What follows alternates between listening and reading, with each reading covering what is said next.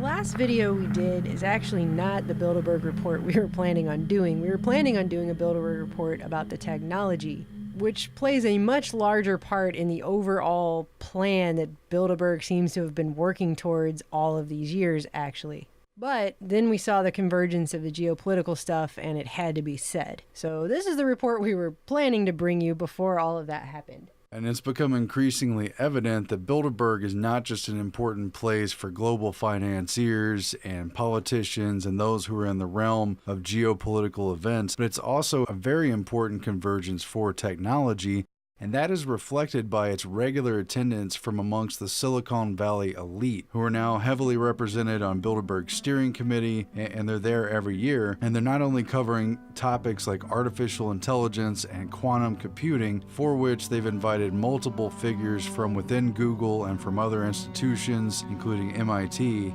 but they're very much focused on the city of the future, the 21st century smart city that they promised everyone. Yes, we love the opportunities and excitement of the city. But there is another side to this picture. As our Well, that is now being implemented. We see several projects in the works amongst the membership of this year's meeting.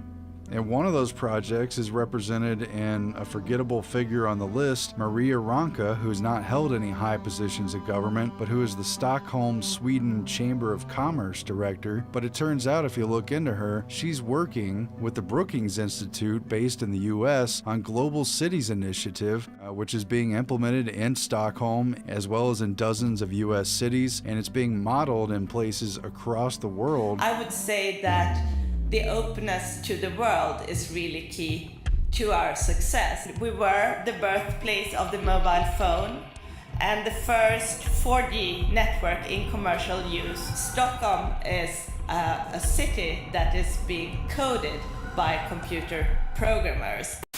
There seems to be two overarching projects here that are represented that really are where everything in the world is headed right now. And one is happening in little tiny Estonia there next to Russia, and the other is happening in Saudi Arabia. And while Saudi Arabia doesn't have anyone attending the Bilderberg meeting, what they do have is Klaus Kleinfeld, the German-born guy who's also lived in the US, who's been on the Bilderberg steering committee for years and years and who attends every year. In the past, he's been known for being the CEO of Alcoa and of Siemens, so very big in industry and commerce and very big in data harvesting and planning for the future. You know, Siemens works with Disney World and all these high-tech places to implement basically feedback data to collect individualized data sets on people as they go through these environments. And in the real world, Klaus Kleinfeld, with his ties and experience in Siemens, is now overseeing the Special Future City project known as NEOM, N-E-O-M, which is being set up in Saudi Arabia in a wasteland desert that hasn't been used for anything else, but is located in a very strategic place. NEOM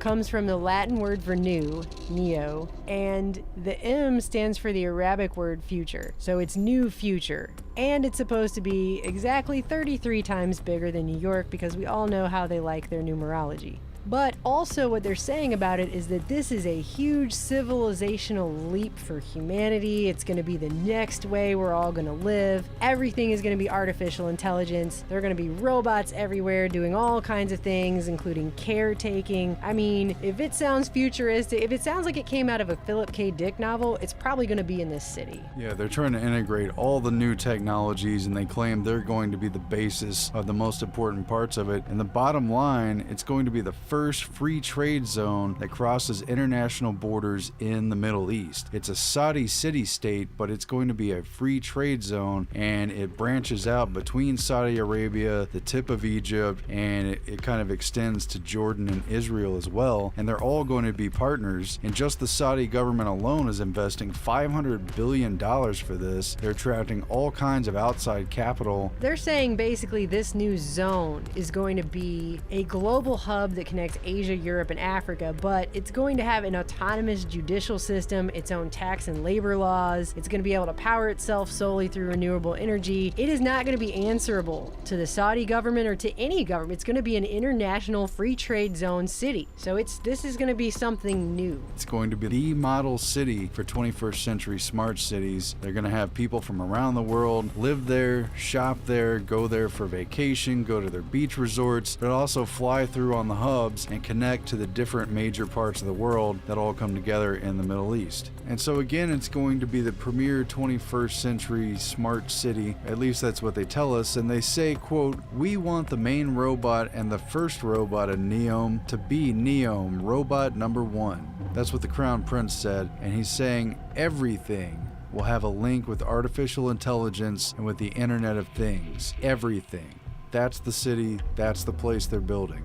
And the strangest thing about this is the politics that you see on the world stage right now do not match when it comes to what's actually going on in this Project Neom. It's more than just a smart city. It's more than just all the creepy things that go along with living in a smart city and a truly completely interconnected, no privacy having smart grid. But also behind the scenes of this, everyone's friends, because we're talking about business partnerships now that have nothing to do with politics anymore. And what I mean by that is back in April, so this past April, Prince Mohammed bin Salman came out and did an interview with The Atlantic where he not only said that Iran's supreme leader makes Hitler look good, because everyone's doing that right now because they're trying to heat up this thing with Iran, but he also said that he recognizes the Jewish people have a right to a nation state of their own next to a Palestinian state, which is something that no Arab leader has ever acknowledged. Publicly, that has never been acknowledged. Behind the scenes, they're saying that because of Neom, Saudi Arabia might recognize Israel. That this is what's getting ready to happen. Because Neom isn't just going to geographically connect Saudi Arabia, Jordan, and Egypt. It's also right there next to Israel and is going to connect to this new Medred railway that's going to run up through Jordan, up through Israel, and up through Tel Aviv. This is all about to be interconnected.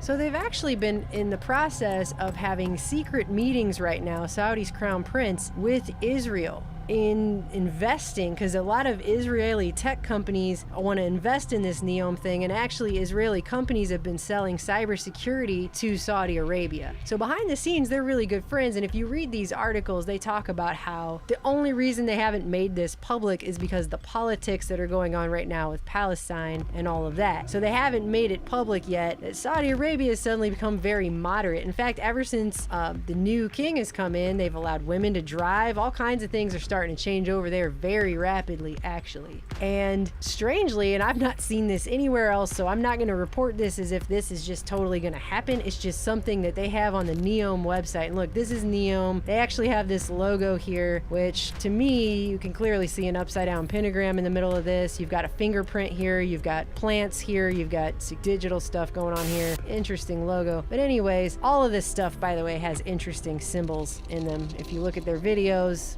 they got all the one eye symbology, all that kind of stuff going on. This article right here is up on Neom News, the city of the future, and it says, according to reports, Russia and China are seeking to annex Israel, which has access to the Red Sea and the Mediterranean Sea, thereby transferring exports via a railway network in Israel. That's the one I just told you they're getting ready to build, saving the cost of sailing around Sinai and the cost of the Egyptian Suez Canal. Now, I've not seen anything anywhere else that would suggest that Russia and China are going to annex Israel. I've not seen that reported anywhere, but here it is on the Neom website, like that's just what's going to happen next. Interestingly, though, I will say that not only has Saudi Arabia been meeting with Israel on the Neom project, but a lot of the other people that are at Bilderberg this year, they've also been meeting. Italian companies are talking about playing a major role in the areas of robotics and information technology. They've been meeting with Saudi Arabia. You have all kinds of executives from American companies, major international companies that are meeting, and Russia is investing billions of dollars in Neom. billions. And the Russian foreign minister has been meeting with his Saudi counterpart over the last several years as well. And they're talking about Moscow finally fulfilling its envisioned 21st century geostrategic role in Eurasia. So they're linking all these things together. And on top of that, you have MIT's Media Lab being represented at Bilderberg this year. And MIT just signed a partnership with the NEOM project. And that was just announced, actually that was just announced a few months ago.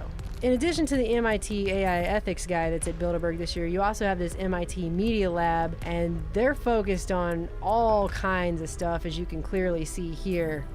Not just things like personal robots and things like that, but they're also focusing on things like neurobiology, emotive computing, hyper instruments, etc. I mean, this is one of the places that it's evident that in spite of the rhetoric of all the conflicts between the world and infrastructure to actually integrate and unify the world, everyone is a participant. Money has been invested from across the globe, including the US, including Russia, including China, in a world that needs new trains and new cities and new places to go, new ways to get there, new types of air travel, an infrastructure upgrade to actually integrate the world. It's happening. And if you look behind the scenes just a little bit at the nitty-gritty, it's being put together right now, and the problems surrounding it and the controversies are even being discussed inside the Bilderberg meeting room because it's reflected in some of their attendees, such as the Latvia railroad person.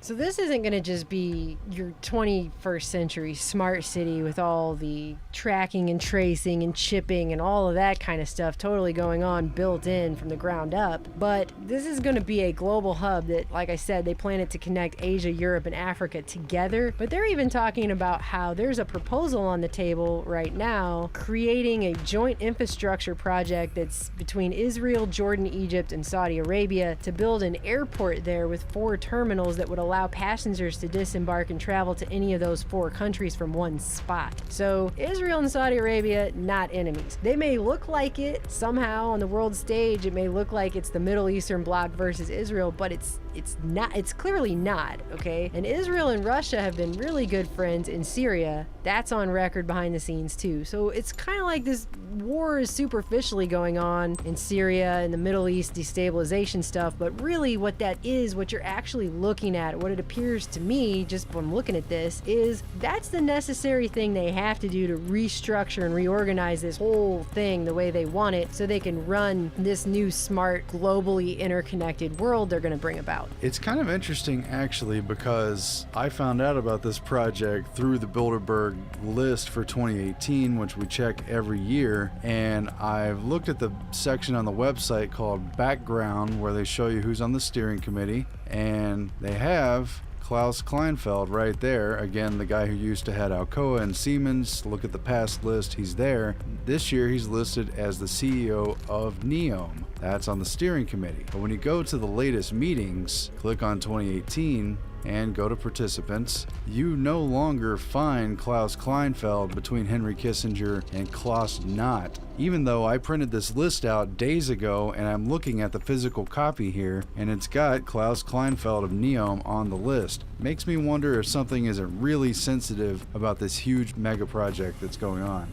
Kind of strange. And we've talked about this with you guys in previous videos we've done on smart cities, such as Magdar and other projects. And the future they're talking about, there will be literally no privacy. You will have a digital footprint follow you everywhere you go. Your digital doppelganger will become a part of you that follows you everywhere. You will have sensors in your trash that basically can tell whether or not you recycled. I mean, these are the kinds of things they're talking about. It's a little mind-blowing once you start looking into it. It's a lot more than just having Alexa units, turn your lights off and on and make sure you're not using too much air conditioning. It's a world where your every step in physical reality will have a digital trace on it.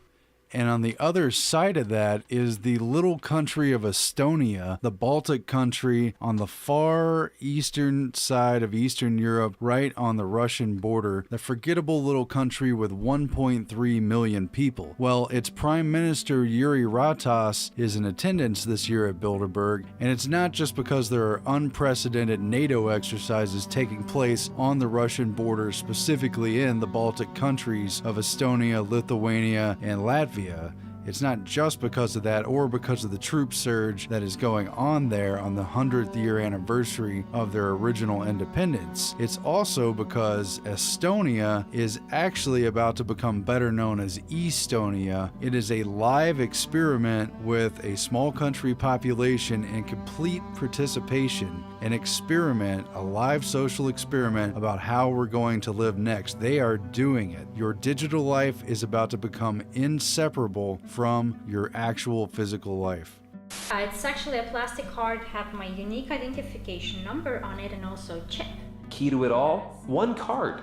It's a digital ID with encrypted files used together with a PIN code. 94% of Estonians have a digital ID like this one.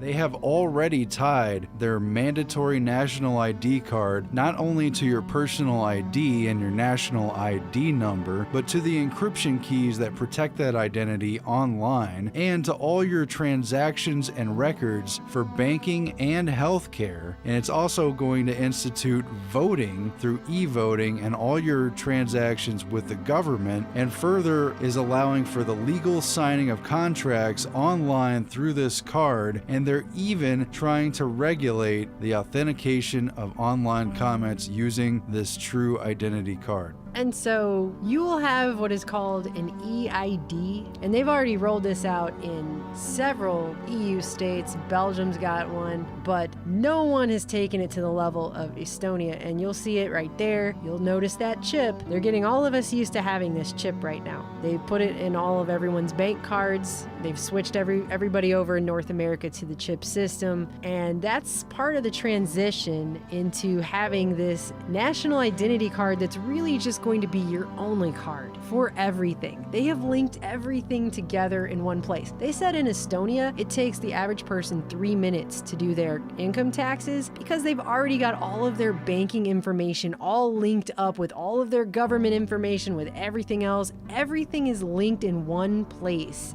and it is tied to you, and all of your interactions with your government and with everything that you do online will all be from this one card. Your medical records, all of it, prescription, everything. And so I didn't even know that much about, I will be honest, I did not know that much about Estonia until we saw them on the Bilderberg list, because I didn't recognize them as having gone in previous past years. But I had no idea that Estonia is now being considered the Silicon Valley of Europe, period. It's been called the most advanced digital society since they declared that internet access is a human right back in 2000, and the whole place was built up as this centralized data digital smart grid type of society after the fall of the USSR. So you have basically what's called e-residency in Estonia, and you are under e-governance. They have an e-cabinet. I mean, the whole thing, it's this digital interaction thing that happens. Everything you do online must be authenticated this way. There's no anonymity on the internet in Estonia. There's no privacy or anonymity at all. You have none. You have zero. There won't be any, okay? Because everything that everyone does online is logged and tracked through this card. And I've read a bunch of articles about this, and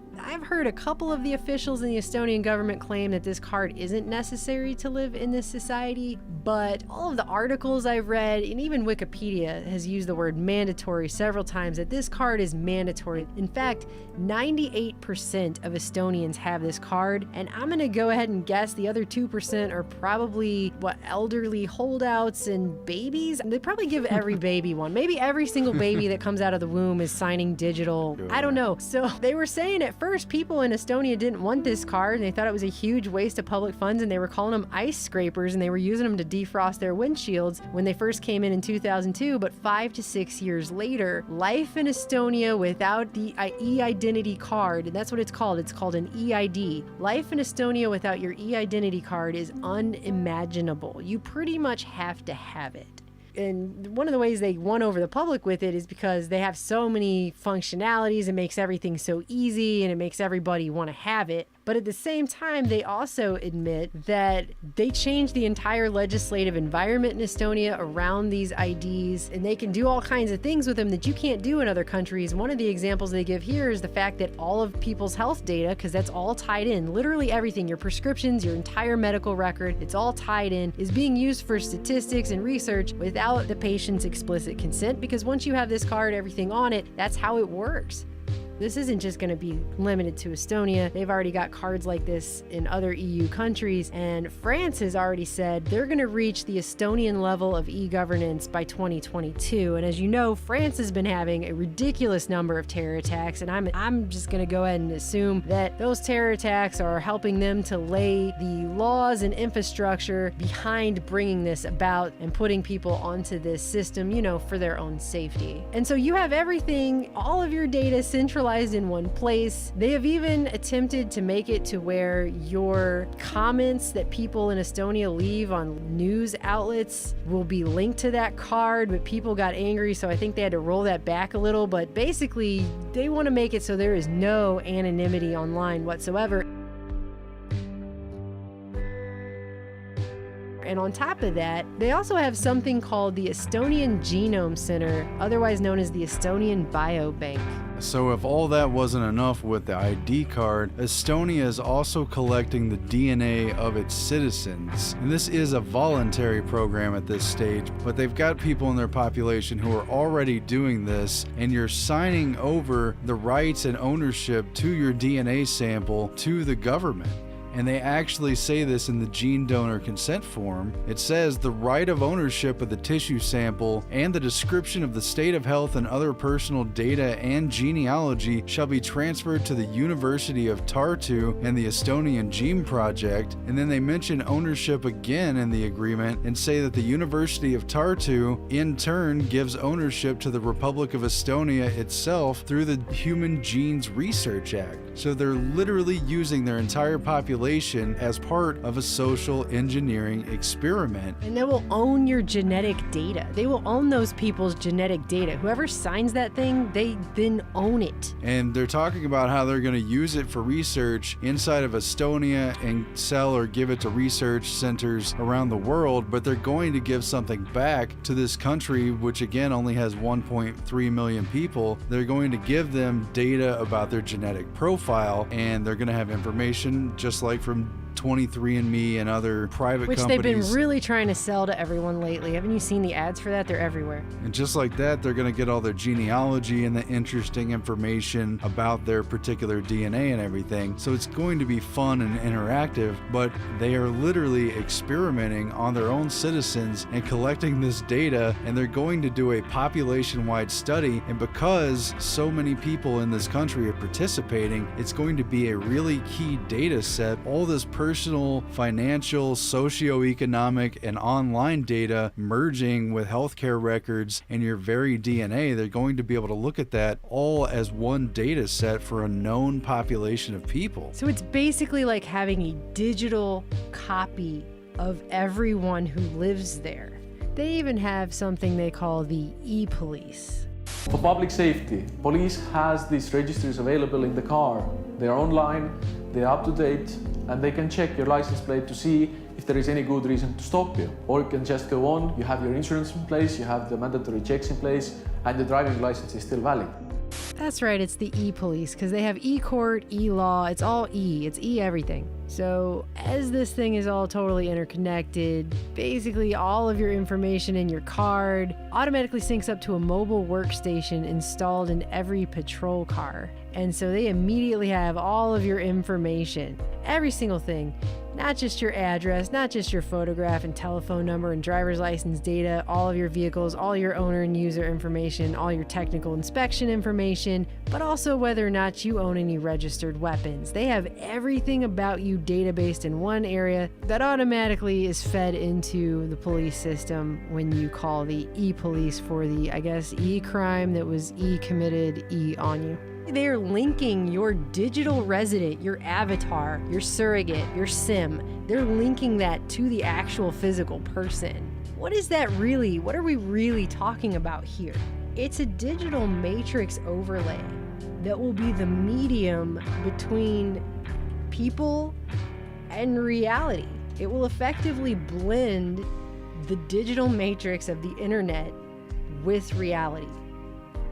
There's not going to be any separation anymore. Everything that you do will be tracked and traced through this card. They're even putting train tickets on there. I mean, everything. So they'll even know what you bought for breakfast and where you went afterwards. I mean, it will all be trackable and traceable and linked to you. But that's not even the end of it either. Estonia itself has now launched e-residency, which is the first digital nation. It is a card that anyone anywhere in the world can apply to become an e-resident in their e-nation, and you get a similar card. It won't work for you the same as it works for Estonian residents. From what I read, you won't be considered a physical resident of Estonia, but you will be considered an e-resident, which they're saying offers a digital world for world citizens and gives them a digital government. And it authenticates you online, and you can start a company out of Estonia. They were really promoting this after Brexit for people that wanted their companies remain within the EU. They could become e-residents of Estonia. And the symbolism in the video for this is completely undeniably biblical in nature. Our new digital world knows no borders. And great business ideas are no longer limited by where you work or live. E-Estonia is a digital nation for global citizens, for those who've thrown off the shackles of national boundaries. Literally anyone in the world can apply. E-residency is legitimate and transparent. A government-issued digital identity that gives you the freedom to run a global EU company online from anywhere in the world. Establish a company within a day, access business banking, use international payment providers, digitally sign documents and contracts, and declare Estonian taxes online. We're Estonia. Tech is our expertise. And through e-residency, we are empowering entrepreneurs everywhere. No matter where you were born, no matter what passport you carry, you can apply. Use e-residency to run your business from anywhere in the world. Unleash your entrepreneurial potential, because no business should be bound by physical borders. Apply for e-residency today and join our new digital nation. e-resident.gov.ee. You have this card, this chip card, which you will get if you want to become an e-resident. You apply online. It doesn't tell you this. I had to go through several sets of documents to even find it. But after you apply online, what you end up having to do is go to a consulate or go to Estonia to pick up your card. You have to verify your identity. You have to identify yourself. You have to give them your fingerprints, and then you can have your very own chip card EID and become an e-resident world citizen of the first e-government. And at the end of the video, they show this card turn into a 7-pointed star. Anybody who watched our Secret Societies video will easily recognize the 7-pointed star and the people who are all about that. I'm going to test your numerology skills by asking you to think about the magic 7. Most of you will know that 7 is quite a number in all sorts of themes, religions. The 7-pointed star shoots up into the sky, creating what looks for a little while like a pyramid with an eye on top that is this star, and then breaks through. I don't know, you look at it for yourself. I mean, the symbolism is over the top is what I'm trying to say, and it is biblical in every way, and it doesn't matter. I'm not trying to get religious on you. I'm just saying what the people who are running everything believe, and they are creating one globally interconnected world of world citizens. You will have a digital avatar. E-Estonia is a digital nation for global citizens. And as they've tried to promote this e-residency as a new kind of domain of Estonia, Estonia, they said this is going to be really strategic in two specific ways. First, to counter Russia. because countries in particular like Ukraine and Belarus really have no other alternative but to register their businesses in Russia. If they don't get along with that, they don't have any alternatives other than now they can become e-residents of Estonia, and they can become basically EU businesses even though their countries aren't officially part of the EU. And the other way it'll be strategic, they say, is to counter Brexit, but they're saying that UK businesses and all the fancy London banks, they can still be part of the EU by getting e-residency, and therefore there's a jurisdictional legal loophole to being London, England-based businesses. They can operate as EU businesses without a whole lot of extra paperwork. And at the time of Bilderberg, Jüri Ratas and Estonia made the news once again because the European Central Bank was telling them that they couldn't create a national cryptocurrency and that they must use the euro as members of the EU. And the members of the Estonian government shot back and said, we were never actually planning to do that. We're talking about creating an Estonian cryptocurrency not for a physical realm in Europe, but for the online e-residency system that people can use S-coin, Bitcoin-like cryptocurrencies to go back and forth in the realm of their digital citizenship and digital businesses. And so as this e-digital overlay is happening based out of Tallinn, Estonia, they've got a big deal going on right now for infrastructure. They've got a 5.8 billion euro project to build a new train line from Warsaw, Poland, all the way up through the Baltic states to Tallinn, Estonia. And then they have a second phase project to build an underwater tunnel through the Baltic Sea over to Helsinki, Finland, and truly connect it all with super fast rail in a manner befitting a 21st century technological hub for all of Europe. So while they're doing that, they're laying the physical groundwork for a truly interconnected world physically. They're also laying the groundwork for a completely digitally interconnected world, which is really what all of these major companies are doing, and all of the ones that go to Bilderberg are behind and have been since World War II. This is the peaceful, utopian future world that they decided we all needed starting back then. This has been the plan for an awfully long time, and this is what Bilderberg has been working towards for an awfully long time. If you go back and look at some of the documents that have been released from different Bilderberg meetings, I mean, you can go back even into the 60s and see that they're talking about technology gap and how important technology is to their whole greater thing. And I didn't realize this at all until we started really looking into it, but this whole experiment that's happening in Estonia right now, I didn't realize this till we started looking into it, but that was built in from the ground up after the fall of the USSR, is when they came in and decided we're going to build this place as this technological smart grid country from the ground up.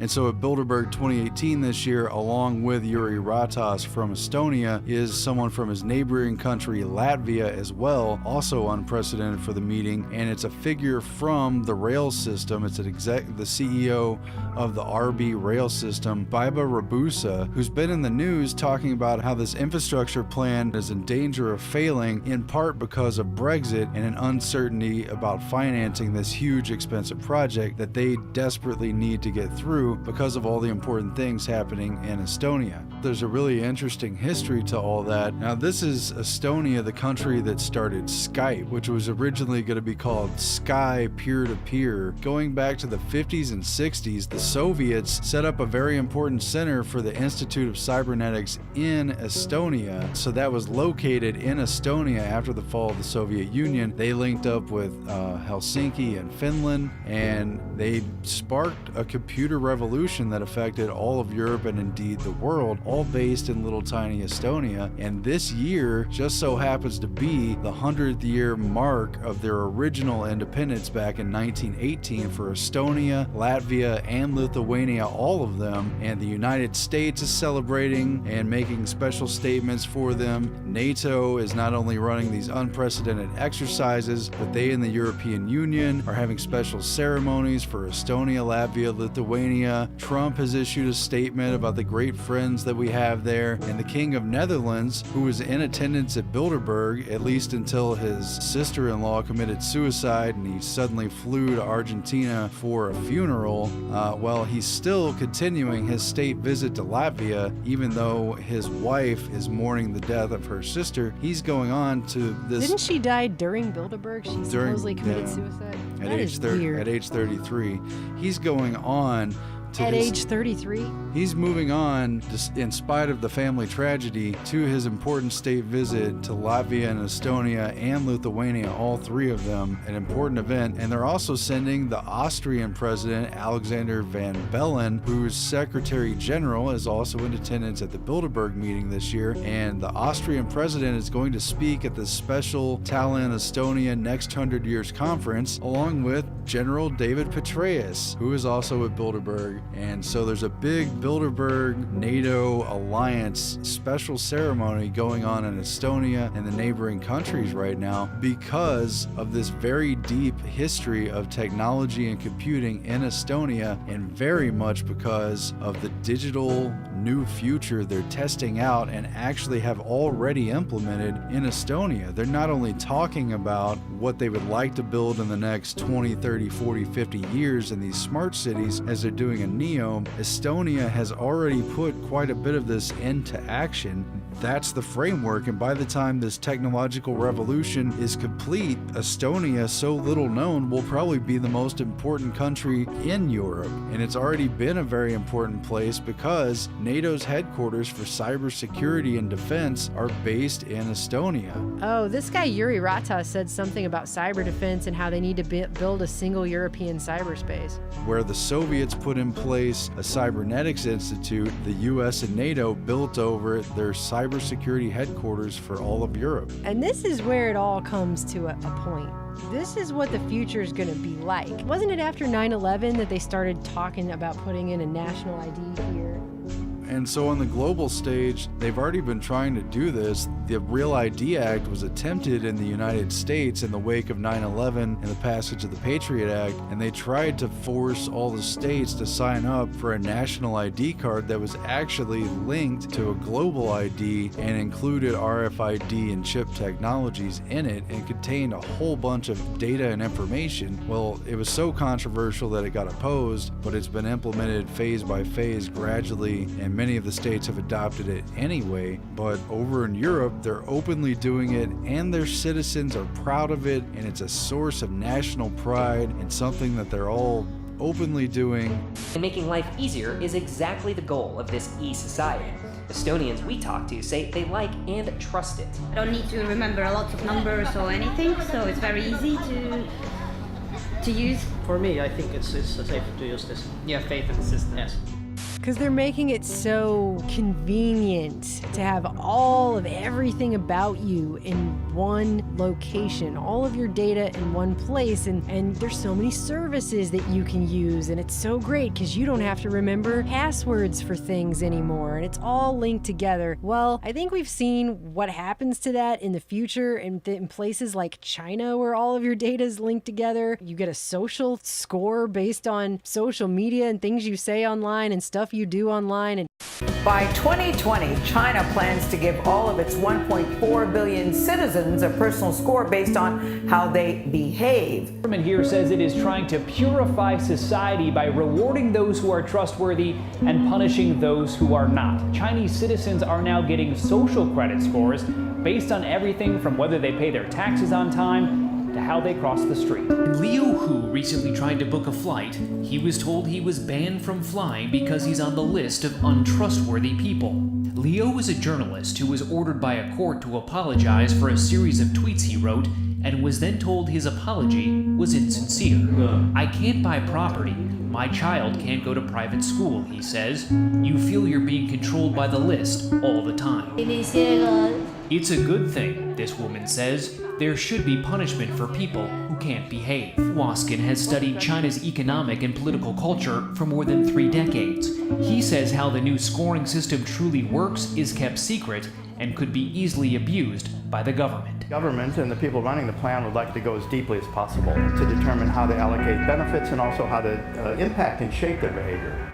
you can see where this is gonna go. I mean, Black Mirror has a really good episode about just such a society where you have scores based on things like that, and all your data's in one place and you can't escape it. And that's really what the New World Order, One World Government is going to be. It is going to be a global, international, digital governance that is going to transcend. It's not going to matter if physically you live in this country or that country, because you are going to have a digital personhood that's going to be linked to your physical person online. It's going to be digital and global. And if you look back at what Bilderberg's also talking about this year, that just so happens to be the 66th meeting in the month of June, which is also the 6th month, they're talking about things like inequality challenge and the future of work. He's not there this year, but Sam Altman went, and we talked about him quite a bit in Obsolete, which is the mini documentary we came out with a couple years ago. They're going to institute something, or they've been working on institute something called UBI, Universal Basic Income. The point that they're making over and over is that in this future world, people aren't going to have enough money to live because of work being displaced by technology and things like that. They're trying this out in places, and Sam Altman tried it out in Oakland, California, giving people a basic universal income. But if I had to guess at all, I would say that kind of system where they give you something, it's not going to be for free. It's going to be tied to a card like this. And when they fully bring that in under the banner of peace and world peace and prosperity for all, that's the banner they'll bring it in on, they're going to require you to get that money digitally. It'll probably be some kind of digital currency or maybe even a cryptocurrency, and it will be interlinked with this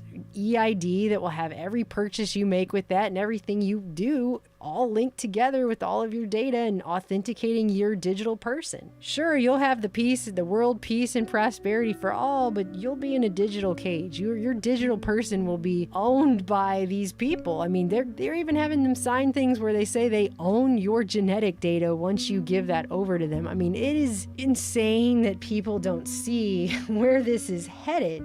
I mean, basically, it will be impossible for you to be a citizen without this. You'll have to have it if you're going to interact in any kind of way, because they'll track and trace everything this way. They'll probably require to buy train tickets in Estonia, for example, you do it with this card. So I think eventually how it's going to go down is everything you do will be through that card. Will you be able to buy and sell without one? Well, once they get rid of cash, you tell me. It just sounds to me like everything. I don't want to get religious on everyone. I'm not trying to tell everyone else how to believe and think religiously. I'm just trying to tell you what it is known that these people think and believe and what they're trying to do. And in the name of world peace, they will be saying peace, peace. They will come in with this system and they'll give people money with this UBI that's like free money, right? It's free, but it's not going to be free. And neither will people either. When they're living in a world where they have a card and every single thing about them, all of their data, everything they do, everywhere they go, everything they buy, everything is linked to one card. There won't be cash. I don't know. I don't know what. If you don't want to be on this system, I'm not sure how you do anything. And that's what they make it sound like. It's mandatory. They say it's mandatory. And even when they say it's not mandatory, they say it's unimaginable to live in that country without this because everything is done through it and on it. So I'm thinking once they get all of the geopolitics worked out and all the chess pieces rearranged on the board exactly the way they want to, and once they build all the new train lines and underground tunnels and all the stuff they're doing with that, then they're going to unleash this UBI and they're going to put these IDs into place and we'll just be one global, digitally connected, open world like Facebook and all these other companies always wanted. We'll just be one digitally open, connected, digital new world, and your national boundary isn't going to matter. And as far as the populism stuff, they don't really care about that either. This is not Bilderberg is scared, okay, you guys? This is Bilderberg has had this plan. They've been helping to facilitate it ever since World War II. This has been the goal, and it is now getting into more of its latter stages. That's what we're seeing. Populism is not scaring anybody. Nobody over there is shaking in their boots over the populism thing. The populism thing is just a steam valve on making people really angry because they knew they had to push for this immigration wave. And one of the reasons they wanted that immigration wave so bad is because they want to create one giant global world where everybody is from everywhere and you have one giant world culture to share it all in, one giant cultural soup everywhere. They don't want you to have a national identity because you're going to be a world global digital citizen.